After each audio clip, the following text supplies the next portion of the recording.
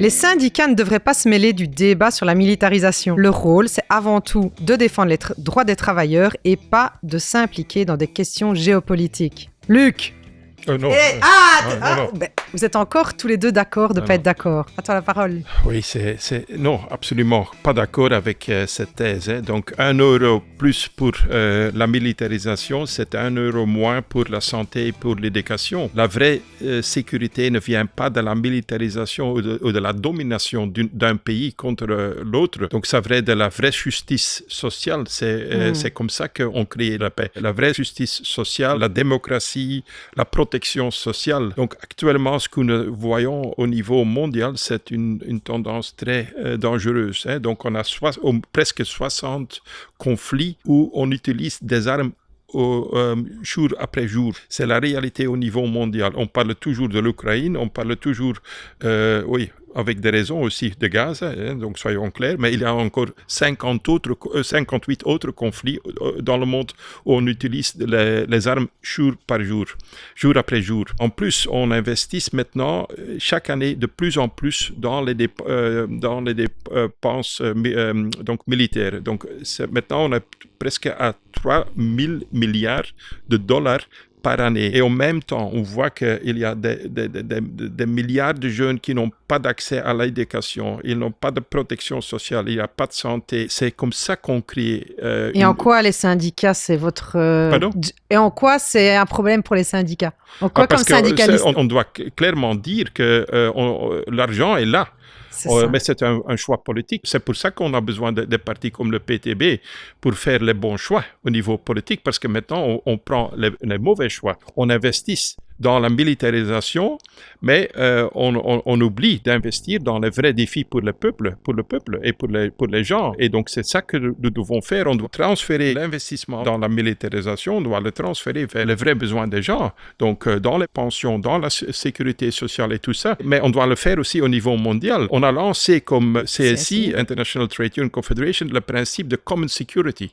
Et je dois l'expliquer en anglais si je peux, parce que je ne connais pas les mots en français. Donc, ça veut dire que peace and security for one is based on peace and security for all. La paix et la sécurité pour un, ça veut dire la paix et la sécurité pour tous. C'est basé sur la paix et la sécurité de tout. Donc, notre ça veut sécurité dire notre paix qu'un dépend pays de ne peut jamais créer sécurité pour eux avec la militarisation. Exactement. Parce que ce qu'on fait, c'est créer un conflit avec l'autre. Donc, si on veut le faire, le vrai paix et la vraie sécurité, on doit le faire pour tout le monde, mais pas avec la militarisation, de créer des conditions sociales qui sont justes, avec un futur pour des continents qui sont maintenant complètement oubliés, l'Afrique par exemple, ou des régions en Asie. Donc on doit investir dans ces régions et créer aussi un futur durable pour les gens là-bas. C'est comme ça qu'on crée du paix au niveau mondial, pas avec investissement dans des armes ou dans la militarisation. Et ça, c'est un sujet du coup avec le syndicat. Oui, absolument.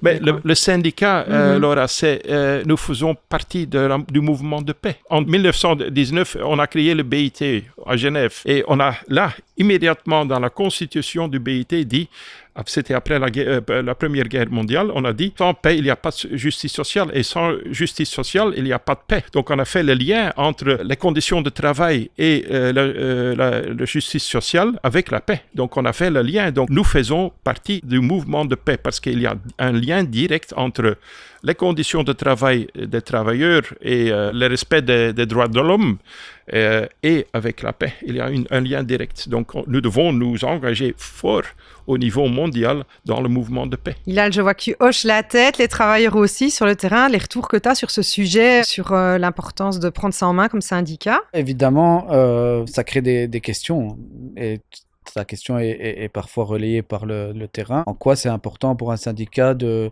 s'engager dans tout autre sujet que les conditions de travail. Ouais. Souvent, on nous dit, oui, mais il faut aussi s'occuper de mon salaire.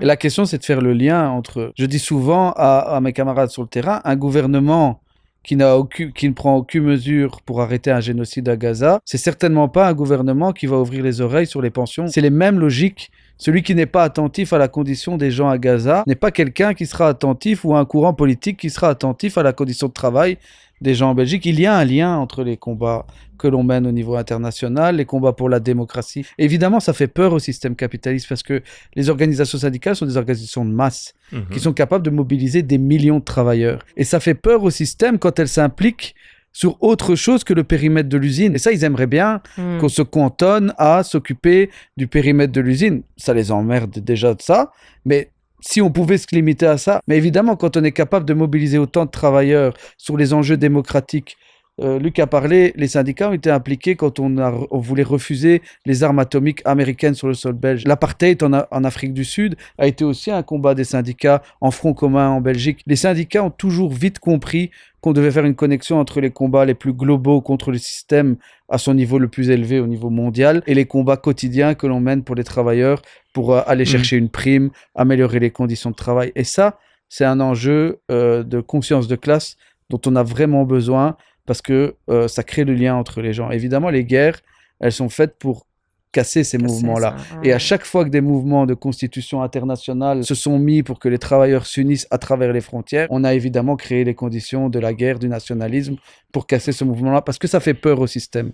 Et si je peux, je dis toujours aussi, quand je rencontre les syndicats au niveau mondial, n'oublions jamais que nous sommes le plus grand mouvement social dans le monde. Il y a aucun autre groupe qui peut rassembler plus de 200 millions de membres au niveau mondial. Et je dis toujours, si nous unifions, il n'y a personne qui nous peut arrêter. Unstoppable, en anglais. Donc c'est ça. Et nous devons nous réaliser que nous avons beaucoup de poids, que nous avons beaucoup de pouvoir, mais en unité.